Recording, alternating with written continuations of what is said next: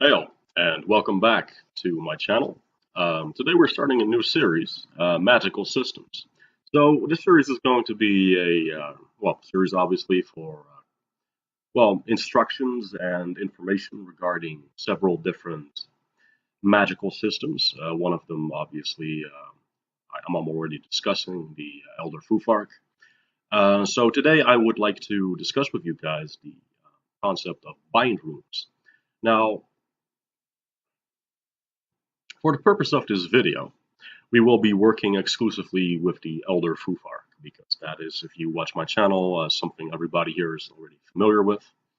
However, a Bindrune can be used with both the younger as well as the Anglo-Saxon rune set. So the younger Futhark and the Anglo-Saxon Futhark, sometimes also referred to as the Anglo-Frisian Futhark.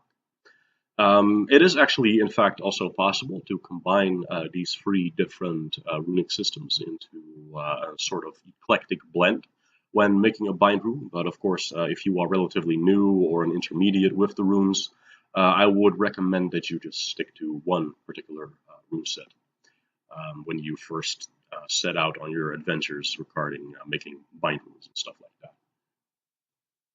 So, it is, Bindrunes are an easy practice to learn. They're actually quite simple to get into once you have at least a decent to intermediate understanding of the individual runes in a particular system, in this case the Elder Futhark. But they are quite hard to master in the sense that you really do need to know what you're doing, need to know how to properly work with will, with intent, with quote-unquote programming the runes. So that is something that I do want you to keep in mind. It will take a while before you can make very complex, strong, and powerful Bindrunes. Now, with that said, there are multiple ways in which one can Bindrune. Today I'm only going to be discussing one single manner, which is the manner in which I personally use, So it is obviously, if you don't really find my personal method to your liking, I do suggest that you try it. But I would recommend that you search online. There are multiple ways, multiple methods of doing it. My method is, as said, just one of many. So explore, experiment, see what works best. You can, in fact, actually combine several different systems if you want. Also, my apologies if I come across as a little bit tired. I just performed a pretty big spell, so yeah, my apologies if I seem a little weary. It's like midnight right here, right now, and yeah. So anyway, how can you use a Bindrune? A Bindrune can be used in spells. They can be used by themselves. For example, you can, like I have here. This is just a single rune, by the way. It's a Tiwaz on a necklace, but the principle remains the same. So if you have, for example, a Bindrune of your own design, for example, you are single, you want to attract love, you make a Bindrune and you carve that into like a, I don't know, like a crystal, a gemstone, into a piece of wood. You make a necklace out of it, or you, I don't know, carry it with you in your pocket or something like that. And if you properly infuse and empower that, then that will obviously help you assist you in attracting those energies that you are specifically looking for in this case. So that's a couple ways you can like write it on a piece of paper, carry the piece of paper with you. Back in the day, people carved runes into their swords, into the spears, into basically anything you can think of. People could potentially put runes on it or in it or whatever.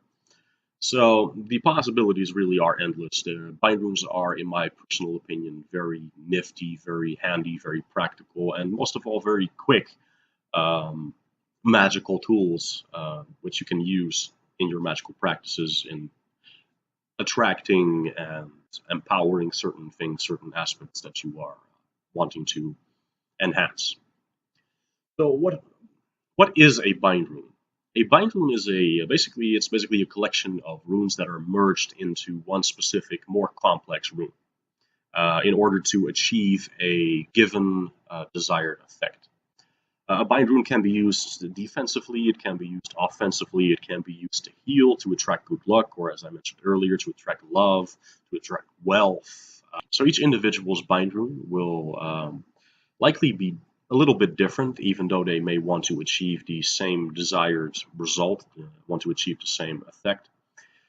This is perfectly fine because, after all, even though the runes have, you know, specific general meanings to them, it is not the case that everybody interprets a specific rune in exactly the same way. I mean, a quick Google search on one particular rune will, clear this up quite quickly.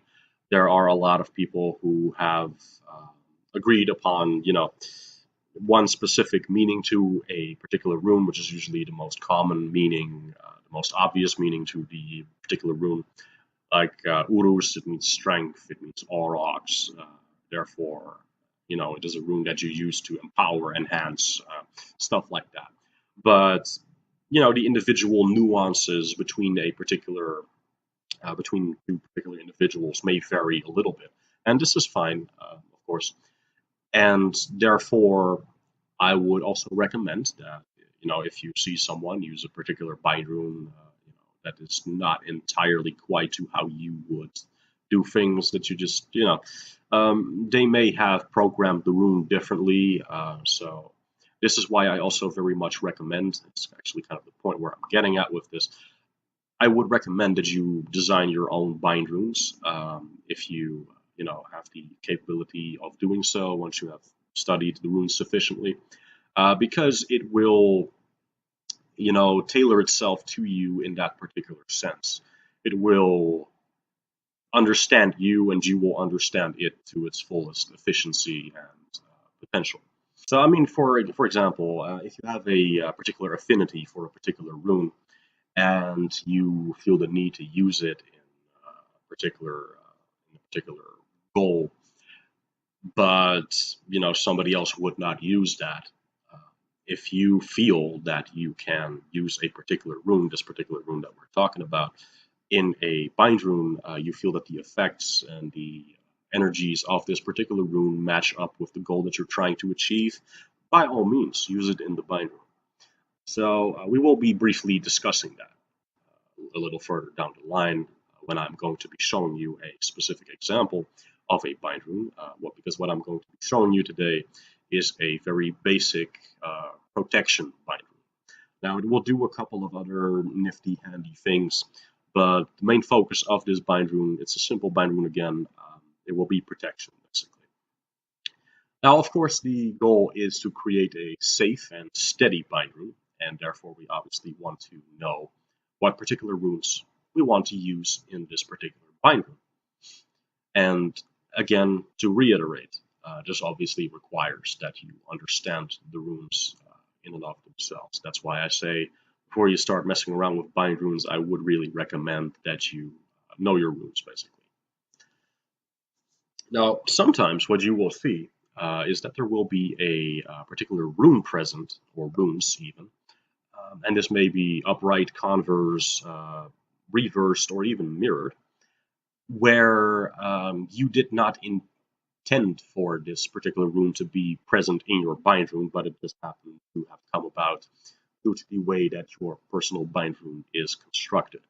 Now, this is in and of itself not a bad thing, but first, before we go there, an example of this would be obviously Isa. Now, Isa is a single, vertical line. It's a single stave, as they say. And Isa is pretty much present in almost all runes. And I'm talking about individual runes here, not even bind runes specifically. So, I mean, for example, Awaz has two different Isas, because it looks like an M, obviously, so it's going to have two vertical staves. So, Tiwaz is another one. Urus has two of them, albeit in different lengths, obviously. Fehu has one, Aiwas has one, and the list goes on. So, does that mean that all these particular runes have Isa, stagnation, or ice in and of themselves. No, it does not. It does depend on how you, as the magician, as a sorcerer, or whatever, how you, as the practitioner, empower the particular runes, and that this is the case, obviously, also with these Bindrunes. So what I'm saying with this is, you can basically just I can offer you two suggestions for that. The first suggestion is what I would do, is that I program the runes, in this case the Bindrune, with the particular effect that I'm looking for. So I will empower runes that I originally desired to put in. I either empower runes that I have accidentally brought about through creating the Bindrune, but that I do feel would be a suitable enhancer or complementer for the particular Bindrune, and I simply just state in the back of my mind sometimes, and sometimes I state it verbally, this is not a particular rune that I want to have take effect in this particular Bindrune. Now keep in mind, I've done this for years. I have not had any negative effects from this whatsoever. So I can pretty much 100% guarantee you that it is a safe thing to do this way. So, I mean, at the end of the day, the runes are tools. They are means through which we channel energy, through which we understand certain universal forces. So obviously you want to respect the runes, but you don't want to be enslaved by them. And at the same time, you also don't want to enslave the runes. So basically, you are looking for that nice equilibrium where you work alongside them and say, listen, this is not what I want. This is what I'm looking for. Therefore, I'm just empowering this. So basically, you're going to be ignoring, maybe even with firm intent state, this is a, I don't know, reverse Burkano, whatever. It's not what I want to have empowered, because obviously reverse Burkano means stuff like decline and like a loss of fertility and wealth. And we'll discuss that in the 101 series, obviously. But, you know, that is something that you just want to ignore and state, maybe even verbally, if that makes you feel more comfortable. So the second method is to simply redraw the Bindrune. That is to say that if you feel that you can't quite trust the first method that I use, which is, by the way, fine. However, in that case, I would just advise that you draw it a couple times, and before you are actually working your magic, before you're actually applying it to things, just grab a piece of paper, like I will be showing you guys on here. A basic Bindrune. I will just draw it out part by part, and then just explain to you what I'm doing. So I advise that if you go with the second method, you just draw it out time and time again until you find a combination of the Bindrune that works for you. So sometimes you will run into situations where that gets really complicated, but yeah, in that case, you may want to consider the first option. But I cannot really say that I have, in using the second method, run into too many situations where that would be the case. But these are two suggestions that I can give you if you want to, just be safe, basically. Which is important, because you don't want to have negative effects in your Bindrunes that are accidentally sneaking in there, and that that may literally thwart or undermine your particular goal or desire that you're trying to achieve with the Bindrune. A next thing to consider is that when making a Bindrune, you will want a specific effect from a specific rune that you know has the specific effect and carries it in them, but where the other effect of the rune may not be desired. So an example of this would be Aiwas. Suppose that because we are designing a protection rune, and I will obviously elaborate on that a little bit further, therefore. Suppose that you want to make a protective Bindrune. So you use Aiwas. Aiwas is a rune of defense. It is the yew tree, therefore sturdy, solid, grounding, nullifying against hostile magics, against curses and hexes and crossings and jinxes and stuff like that. But at the same time, Aiwas also means death. So usually that's in a symbolic sense, as we have discussed in the 101 series, obviously. But you may find that a little, creepy, which I understand. You don't want to like put something on yourself or in a Bindrune, which is meant to protect you, that is in essence saying, "Kill me." You know, so because Iwas can be used offensively to, for example, that kind of an end, you can put it in a curse. So what you want to do is you want to state, whether it is in the back of your mind as you are, I don't know, performing your Galder or you're chanting the rune's name or something like that. You're just going to state, I am applying IWAS and I'm doing this with the purpose of protection. I'm doing this to ground, to help me be balanced, to nullify any and all hostile magics that are sent my way. As long as I'm carrying this bind rune with me, or after I cast a spell, this is going to be a permanent effect. But you will want to state then I am leaving out the death aspect. Now, of course, what I would personally do is I would incorporate the death aspect in the sense that death is often a symbolic thing.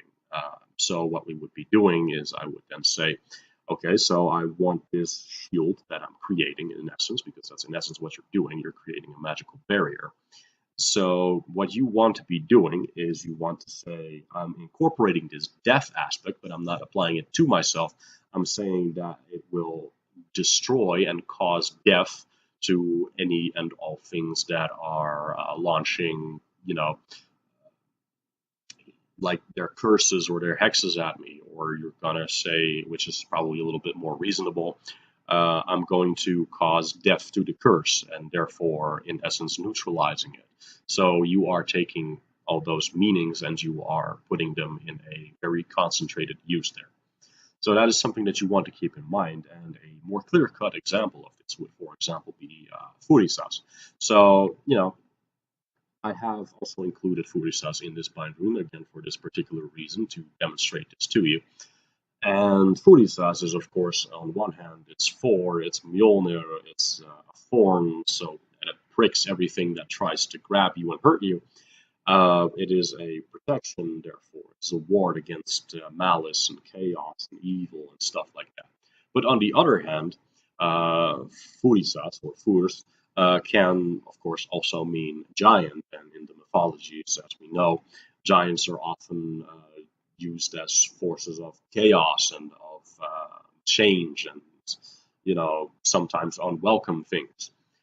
Now, of course, chaos does not necessarily have to be a bad thing, which is why I'm going to specify here malignant chaos, so unwelcome chaos, like chaos that is caused by others with evil intent to disrupt your life, to interfere with it.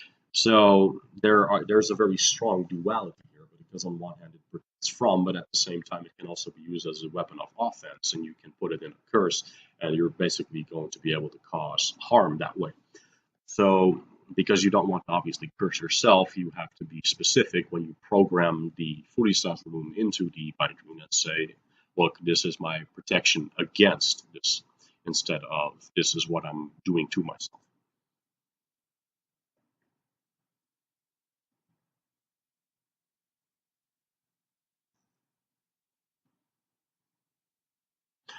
A last example would, for example, be TWAS. Now, TWAS is, as we will be discussing after I upload TWAS's video, which has been sitting in my, on my drive for, I don't know, like 4, 5, 6 weeks now. But basically, TWAS is on one hand, of course, a very much a rune of war. It is very much a rune of conflict. It is also a rune of the masculine principles of expansionism, of like exerting oneself outward.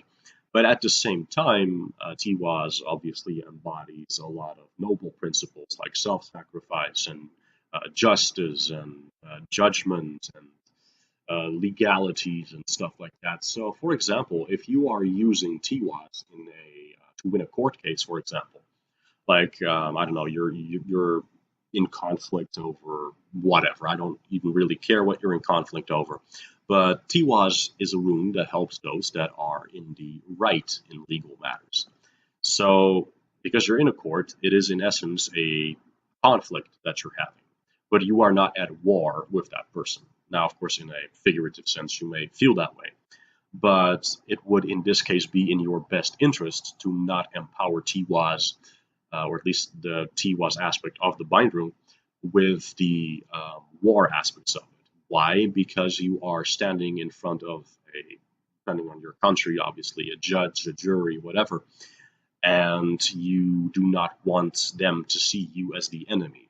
So what you want is you want to program Tiwaz and say, okay, I am in the right as far as I know, and I want this rune to help me exude that. I want to have this rune, portray and broadcast that I am a just individual, that I am in the right, that I am prepared to do what needs to be done to see justice served, stuff like that. And basically, you're gonna, like, I don't know, carry it with you on your necklace or whatever. And in that sense, it will make it more likely that the jury, the judge, is going to see you in a more positive light. So that is the kind of aspect that you want to program Tiwaz in this particular example, of course.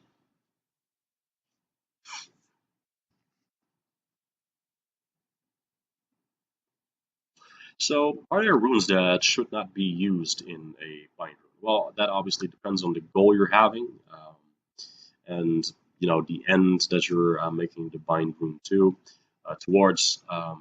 Whether individual runes should be inserted and empowered in a given bind rune is, quite frankly, a little bit too complex to just answer in a video that's supposed to be a 100 101 kind of video, because I mean the variations are pretty much endless. You have 24 runes that you can use in whatever way you want.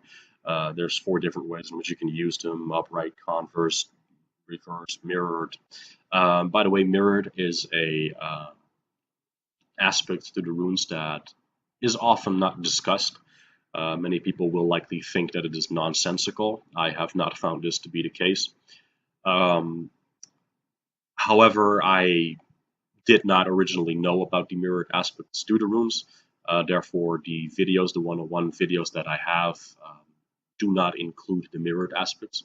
However, I will want to upload a video at one point, likely after I am done with all the runes, to discuss the mirrored aspects to the runes. Of course, just like there are some runes that cannot be reversed, like Hagalas, there are also runes that cannot be mirrored, like Furisas, because a mirrored Furisas is just it's just a reversed Furisas, really.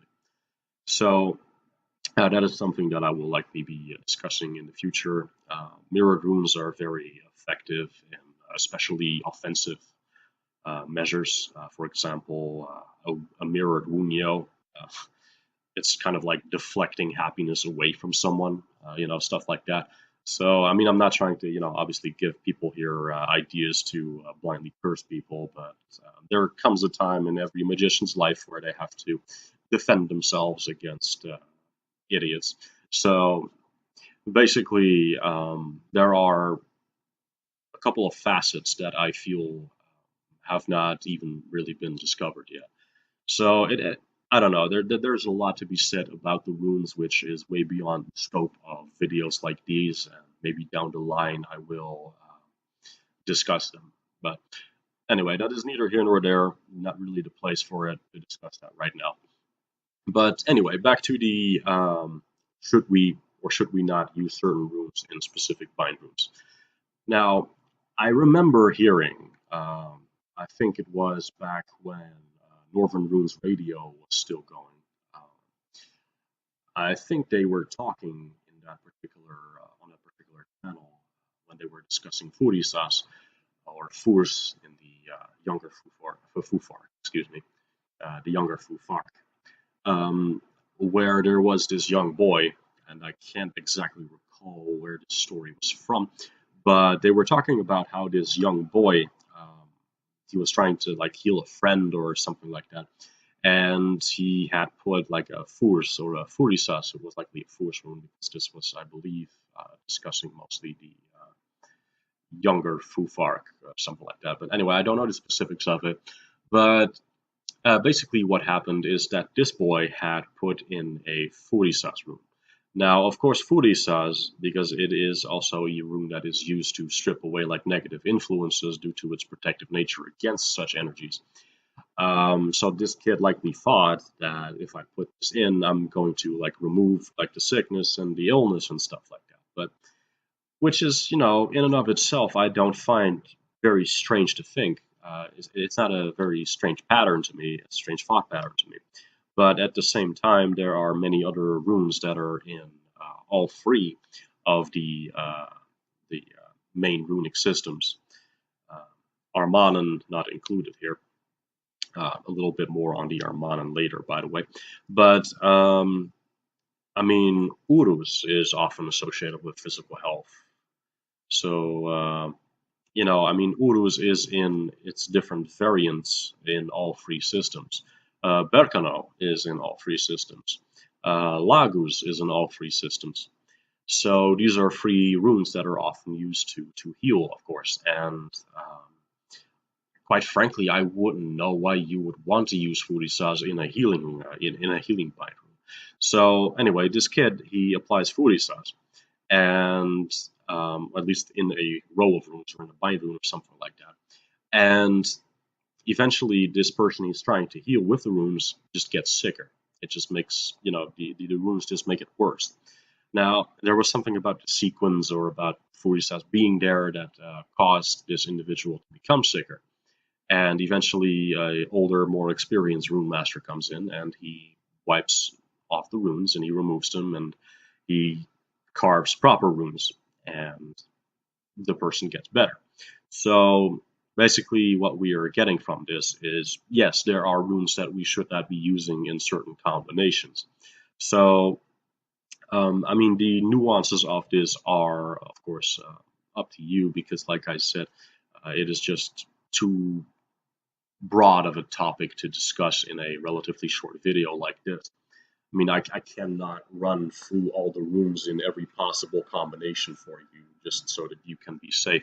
This is why I'm saying make sure that you're at least relatively experienced with runes before you start using bind runes. Make sure that you understand your runes, your individual runes, and then start slowly, like combine them. Like, for example, I don't know, if you are looking for love, all right, so use a gable, which is sometimes referred to as a kiss rune, with a wunyo.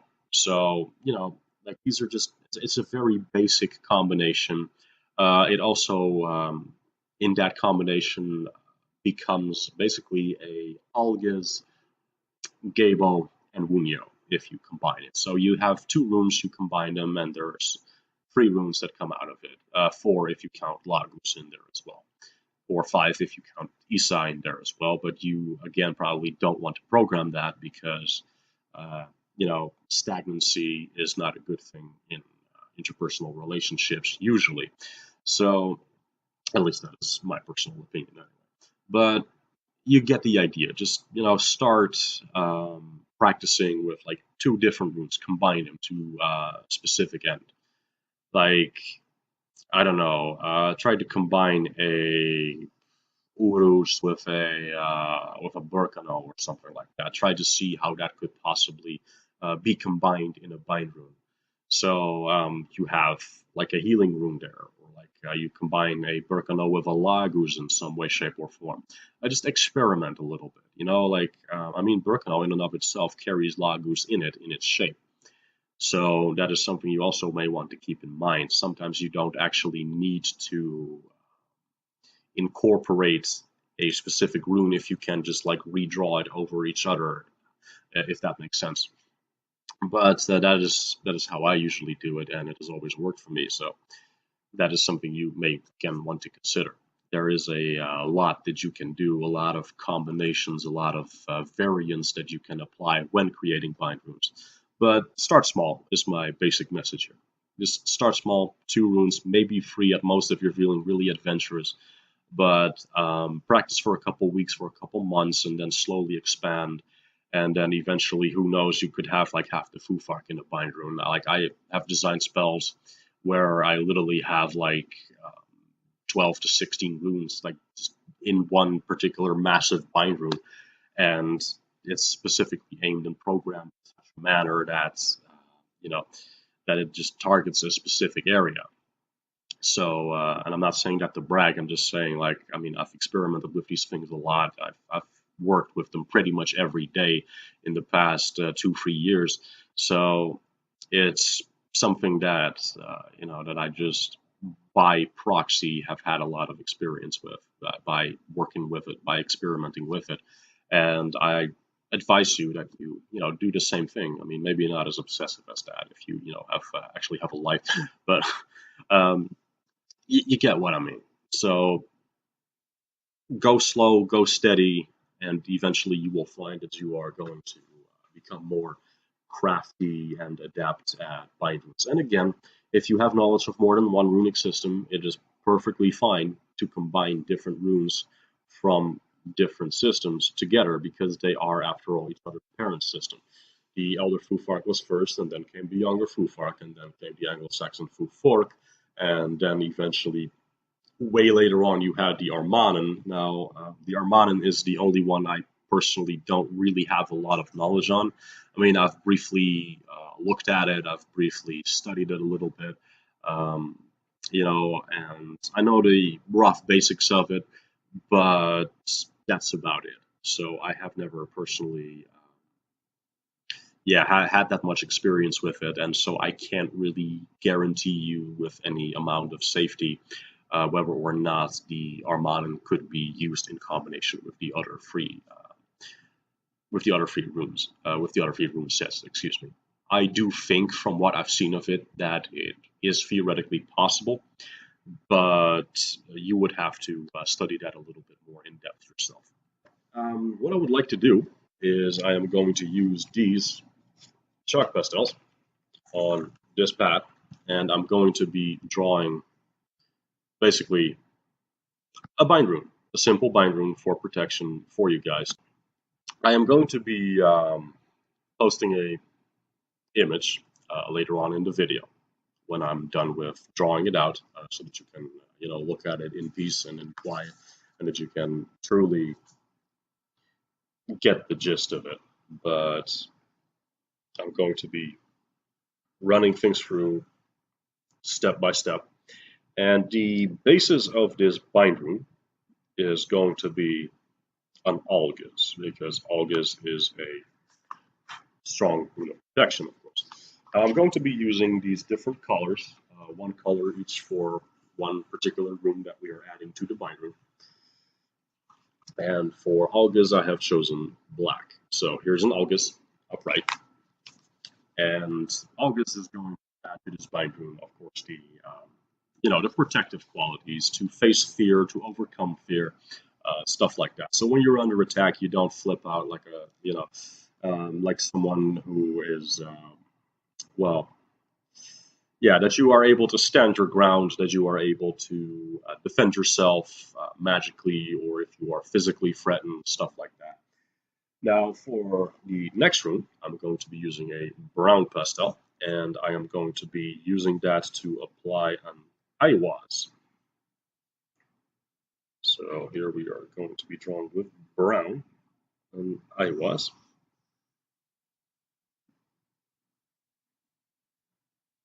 And yeah, it's going to look a little bit sloppy and rushed, but that's only because I'm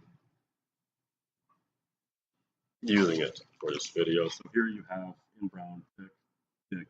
There is now an Aiwaz in this Bible. Now, as you can see, here we already have a Kanos that came into existence. And we also have another rune, which I will elaborate on later, because that's actually an important part to this, which I also wanted to talk to you guys about. Now, this reddish pastel is going to be used to add a foodie sauce, which is also going to be part of this particular Bindrune. That's going to be a little red-orangey, so keep that in mind when you're looking at the paper.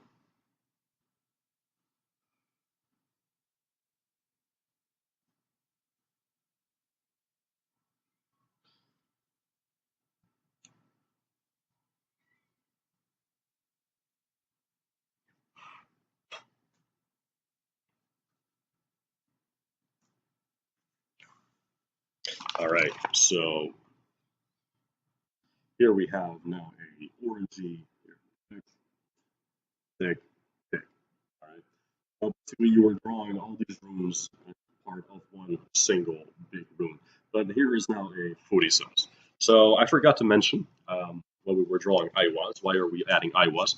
Well, to nullify hostile magics, to strengthen resolve, because that is what the U tree aspect is for. It provides a grounding, strong, sturdy influence, and to basically destroy hostile magics that get sent at you. Now we are adding 40 sats to basically bring retribution, destruction, and to cause harm to those that would intentionally cause harm to us. That's what the foreign aspect is for. It provides protection against malignant chaos, as we discussed earlier, not against life's general chaos, because that is a healthy kind of chaos. That is necessary.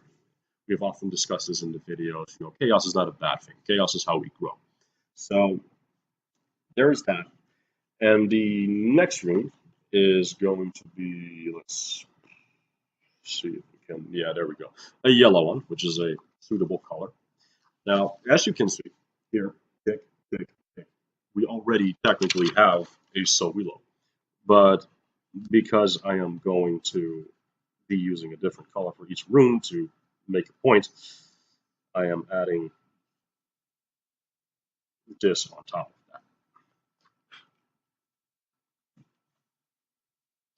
So the Sowilo is also the rune of protection. Here we have the yellow one. That is now a Sowilo as well. So why are we adding Sowilo? Sowilo is, as we have discussed, the rune of victory. It is a rune of illumination because it's associated with the sun. It is a protective rune as well. The Havamal actually mentions. So we are going to be going on to the next rune. And let's see what kind of color we're going to be using for that. I'm going to be using a gray for this. Okay, so we are going to add Urus. And this is something that you will find a lot in Bindrunes, as I mentioned. Here you see the gray that adds down Urus. But I have also created, in adding this little line here, I have now created a rhino, which we will be adding for formality's sake as well, with a purple. But first, why have we added Urus? Because Urus adds grounding, stability, and strength to the Bindrune in general. In fact, I would argue that in its shape, the Bindrune is actually already starting to reflect this, because it looks like a very anchored thing.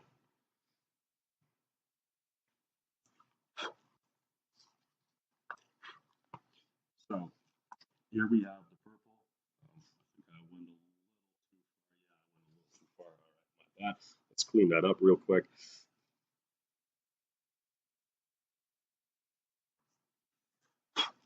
All right.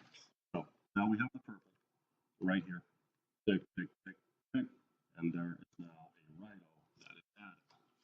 So why do we add a rhino? To make it a smoothly flowing kind of shield that is very capable of protecting you when you are on the move, when you are traveling. So that, of course, also extends by when you're traveling by car or something like that, which is, by the way, a very common way to get somebody, killed via curses or stuff like that. So, adding something like that is a very nice, nifty touch to this particular bind rune. There is also a secondary aspect and a secondary reason for why I have decided to add a Rhino to this, but we will be discussing that with the last rune. But before we do that, there is one other rune that I would like to highlight here, and that is perhaps a very suitable term for it. And there are a couple of other things that I wanted to talk about. Because here with this blue one, we now see that we also have a Kanos.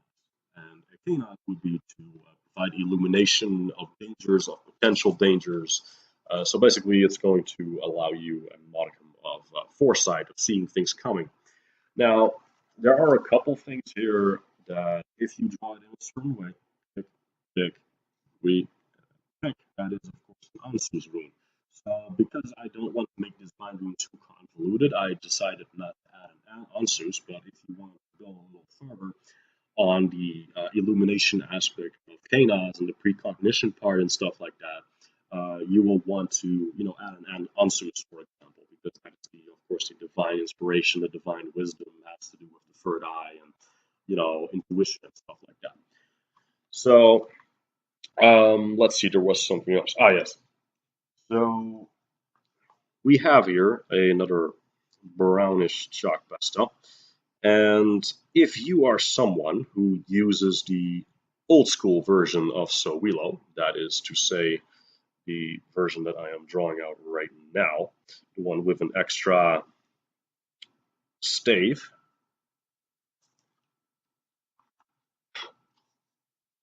So this is the old school Sowilo. Instead of the newer, so if you are, for whatever reason, for example, if you associate the new school Sowilo with the Nazi, with the Waffen SS or stuff like that, and you want to use the older one, then I decided to find room to, also incorporate that particular shape.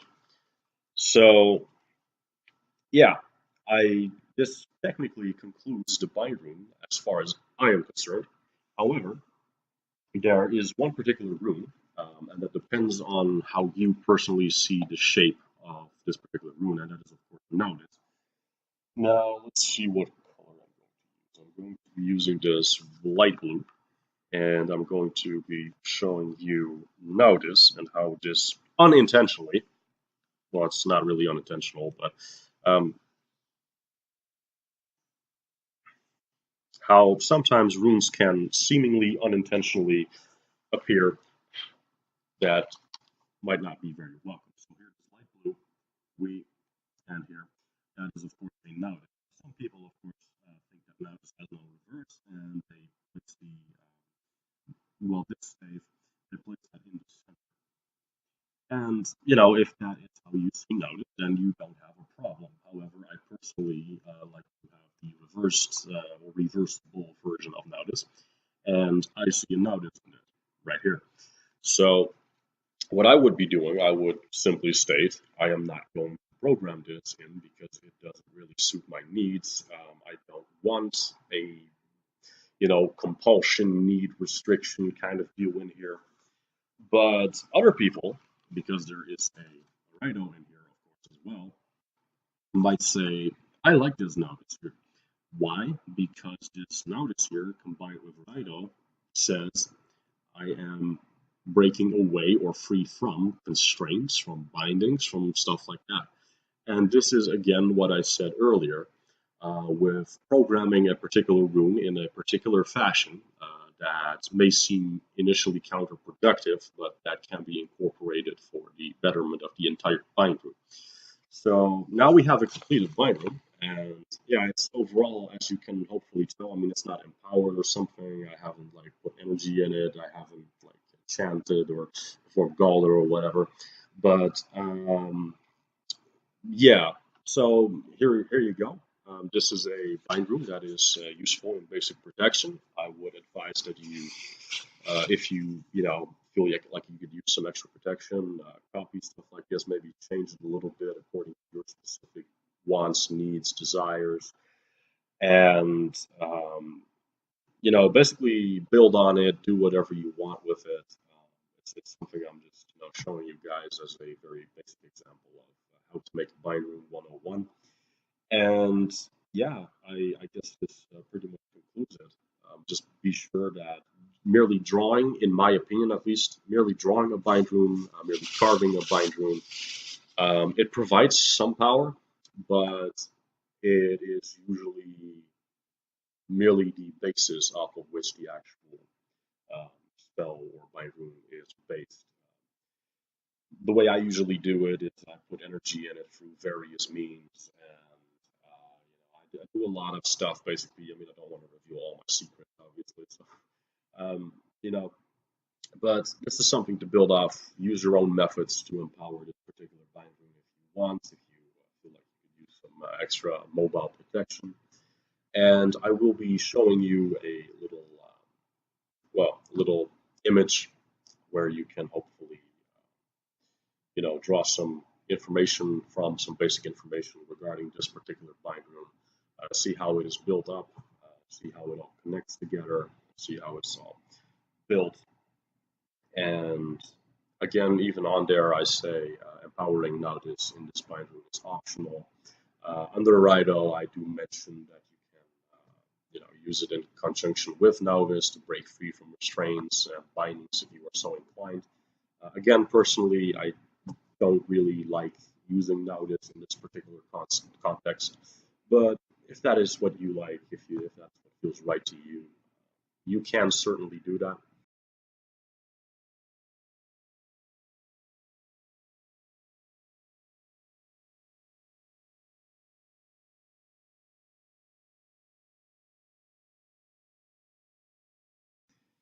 So I hope that was this video was pretty informative, and that you are hopefully going to have some fun with empowering bindings, creating bindings, designing bindings.